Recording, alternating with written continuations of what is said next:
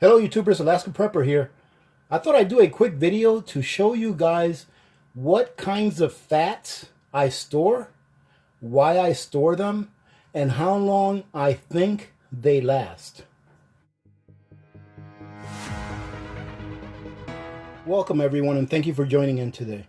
As you can see here, I have a variety of fats here. And some of you may be puzzled as to why I include Spam and peanut butter in my fat category. Well, I'm going to tell you why here in a minute. What I'm going to do is I'm going to go ahead and clear this out. I am going to go through each one, tell you how long I've had it, how long past its best buy date it is, and whether it's still good or not. And if it's not good, what can you do with it? Okay, ladies and gentlemen, so as you can see, I am starting off with what I feel is the fat that will last the least longest that I store. However, I feel that if you store your fats in a cool place that of course is away from rodents and away from sunlight, that it will last a lot longer than what some people think. Now here is your evil canola oil. Ladies and gentlemen, this video is not about me telling you what to do. It's about me telling you what I store and if it stores for a long time, okay? Because every time that I bring out the evil canola oil, I get several comments telling me how evil the canola oil is. I understand. So carrying on.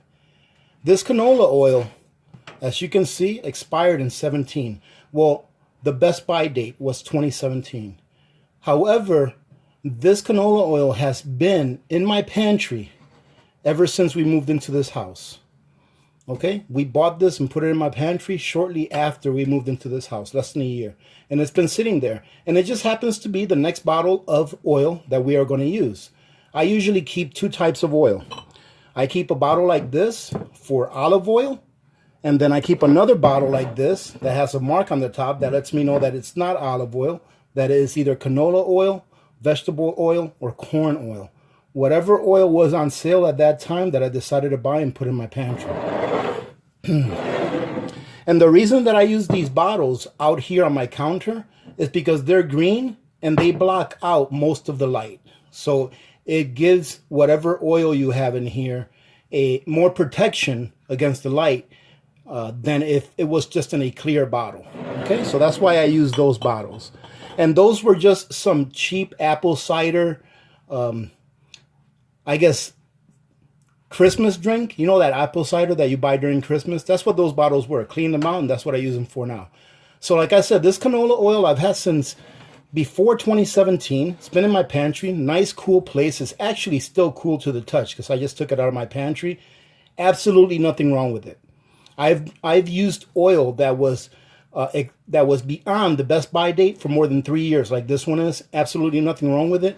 I feel that if you store it in a good location, temperature control, where it stays nice and cool, that it'll last a long time.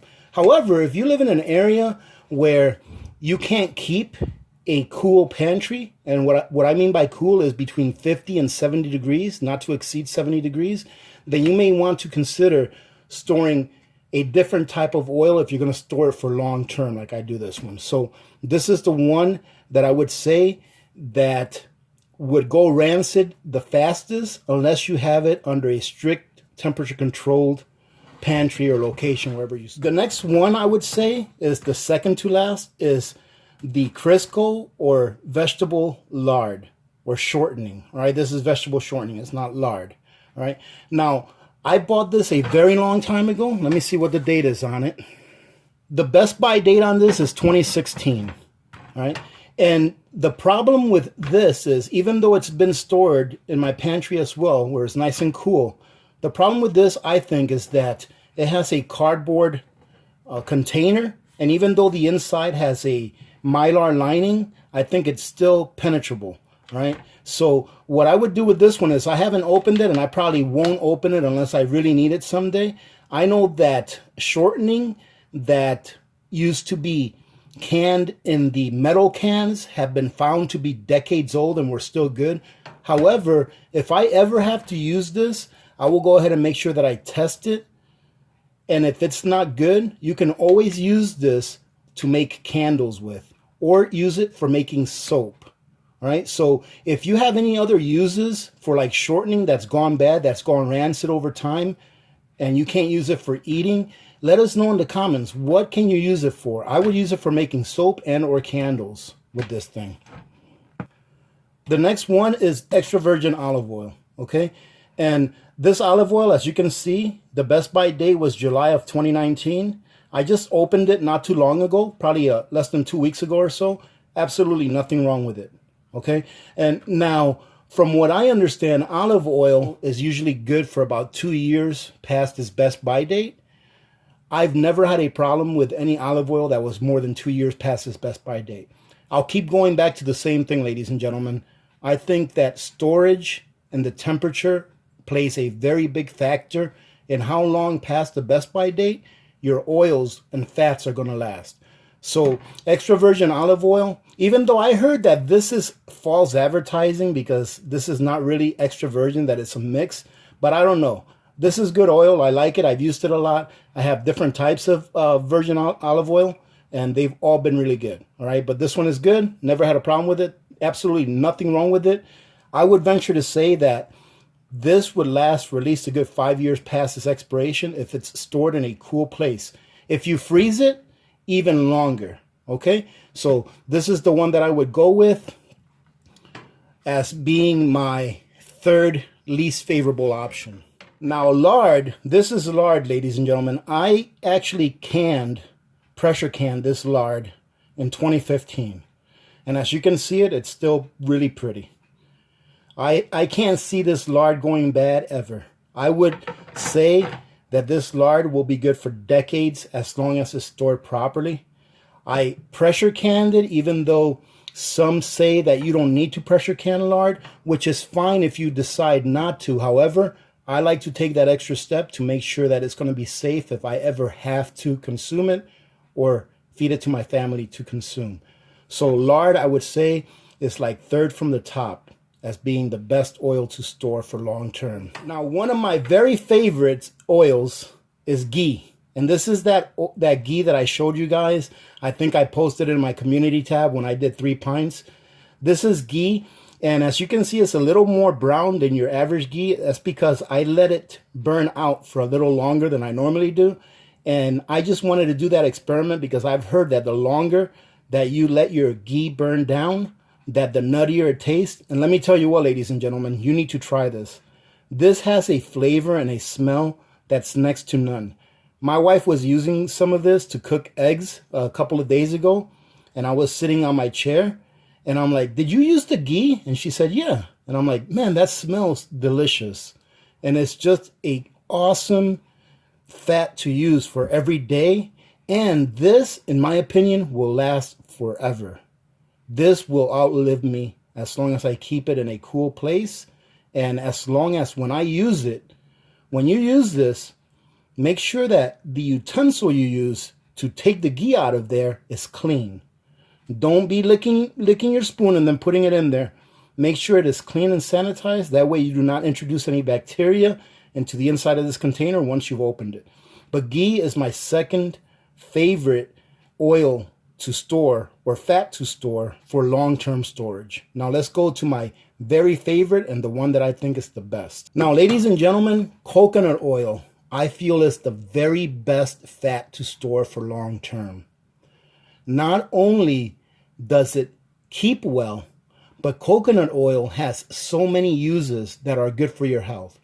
I've heard that people put coconut oil in their coffee. Although I've never done it, I've heard that they put it in their coffee because it's good for them.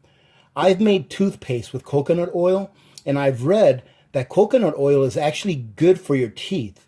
That is actually a medicinal product that you can use to help with tooth decay. All right, that's what I've heard. I've used coconut oil to condition my hair, to condition my skin. I've used it to make underarm deodorant, right? And I've used it to cook. And you can also use it for all of the other reasons that all the other purposes that you can use oils for. Like I've made coconut oil soap before that was fantastic. And ladies and gentlemen, this is what I like most about coconut oil. I want to show you something. Hopefully it'll focus. If you can see that this coconut oil's best buy date was April 22 of 2015. It's this bottom one right here. It was packaged April 22 of 2013. Best buy date April 22, 2015. And let me show you what the inside looks like. First of all, it smells great. And look at that. There is absolutely nothing wrong with this oil. I used them a few days ago and absolutely nothing wrong with it. And I keep this oil in my kitchen cabinet.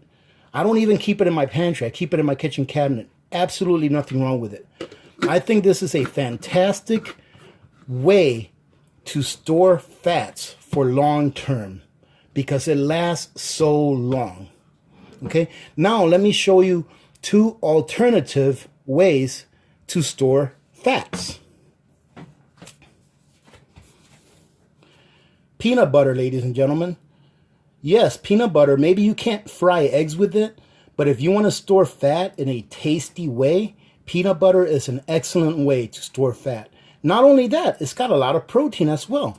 So let's see, peanut butter has a total of 190 calories per serving, which is 2 tablespoons. It has a total amount of fat that equals to, let's see, 16 grams. Let me give you guys a quick lesson on nutrition. 1 gram of carbohydrates is equal to 4 calories. 1 gram of protein is equal to 4 calories. 1 gram of fat is equal to 9 calories.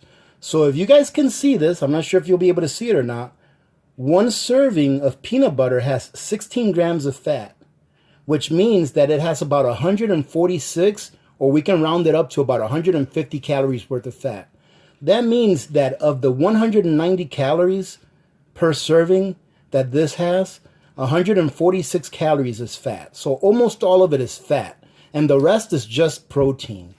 So this is a great way to store fat. And peanut butter, ladies and gentlemen, I am on a jar of peanut butter. This one's new. This one is fresh. I think the expiration date on this one is like 2021. But I'm working on one of those big jars of peanut butter, the ones that's like a big can about that big. It's huge. I'm working on one of those that's probably about 3 years past the expiration. Absolutely nothing wrong with it. Peanut butter is a great way to store fat long term as well. Another tasty way to store fat, ladies and gentlemen, Spam. If you guys like Spam, if you like Vienna sausages, if you guys like bacon, if you can your own bacon, those kinds of fatty meats where most of the calories come from fats, it's another way to store fat. This is the 25% less sodium, so it's got the same amount of fat that the regular Spam has, and I just want to show you how much it's got. This one has 180 calories per serving, and it has a total amount of fat, 16 grams. Same thing as the peanut butter. So it's got 146 calories worth of fat out of the 180. So this is another great way to store fat. In my opinion, Spam lasts a very, very long time. I would assume that this can, if I keep it in a cool place, away from the sun and all the things that you want to do to keep it stored properly, this will last me for at least another 10, 11 years without any problem whatsoever. It probably won't last that long, though, because it'll be gone before then, because I do rotate my meats. So there you go, ladies and gentlemen. These are a few ways that I like to store my fats. I think that storing fats is very important, ladies and gentlemen, for a few reasons. Number one, your brain is mostly fat. Okay, I'm not sure if a lot of people know that, but your brain needs fat in order to work properly. Okay, that's number one. Number two, fat is very calorically dense, which means that you don't need a lot of it. Let's take this olive oil, for example. You add a couple tablespoons of olive oil to some pasta, and you just added about close to 200 calories in fat to your pasta. Very calorically dense, which means that it's giving you a lot of energy for just a little bit of room that it's taking up in your pan. So let's say we were in some kind of a long-term crisis where you had to be out getting your food, making your food, i.e. gardening, hunting. You have to be cutting wood and all that kind of stuff. You're going to need the extra calories. So you have a whole bunch of calories in a very small area, and it's going to be able to be a good alternative to you eating a lot of your foods. Just add a little bit of fat to it. And if you're working hard out there every day, you're going to burn it off anyways. You're going to be glad you had it. I'm not sure how many of you know this, but here in Alaska, the native, they eat a lot of seal fat because in the wintertime, it helps to keep them warm. So that's one of the reasons that they hunt seals and whales and things like that. And they don't waste the fat. They use it for eating, and they also use it for like candles and things like that. But this is the fat that I do have in addition to the one that's around my waist, which is my biggest prep of all. All right, the fat around my waist. All right, ladies and gentlemen, listen, I hope that you guys got something out of this. I'm sure I missed something. So if I did, please leave it in the comments. Please let us know if you have a way of storing fats that's different from what I showed you guys, or give us some additional information on the fats that I did showcase today so that everyone in the community can benefit from it. All right, I'm sure I didn't catch everything about all the fats, but if there's some information that you have that would help us as a community as far as knowing what to do with fats if they go rancid, or what other benefits fats have, like the coconut oil, what additional benefits it may have besides just cooking with it, let us know. That way we can all benefit from it. All right. Now, one fat that I didn't bring out here is the Red Feather brand butter in a can. That's a great fat, and I believe that it lasts a very long time. I have some Red Feather brand butter that I've had for about 7 or 8 years now, and it's still absolutely fine. But I only open one of those up on a special occasion, especially now that it's almost tripled in price on Amazon. All right.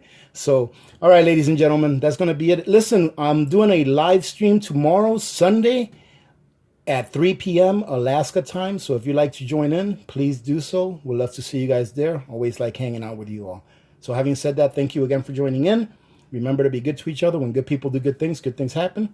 Remember to reach one, teach one, and repeat. If we all did this, the world would be a better place, and you know that it will be a better place. Many blessings to all of you and your families. This is Alaska Prepper, and I am... Hello everyone, this is Victor. I am saying hello because Rudy made me. I did not actually want to say hello, I was eating peacefully and he made me do this. I do not actually miss anyone. I will make video when I miss you all. This is why I have own channel now. I do not know why he is recording, I do not know what he plans to do with this, but if it is anything untoward me, please unsubscribe.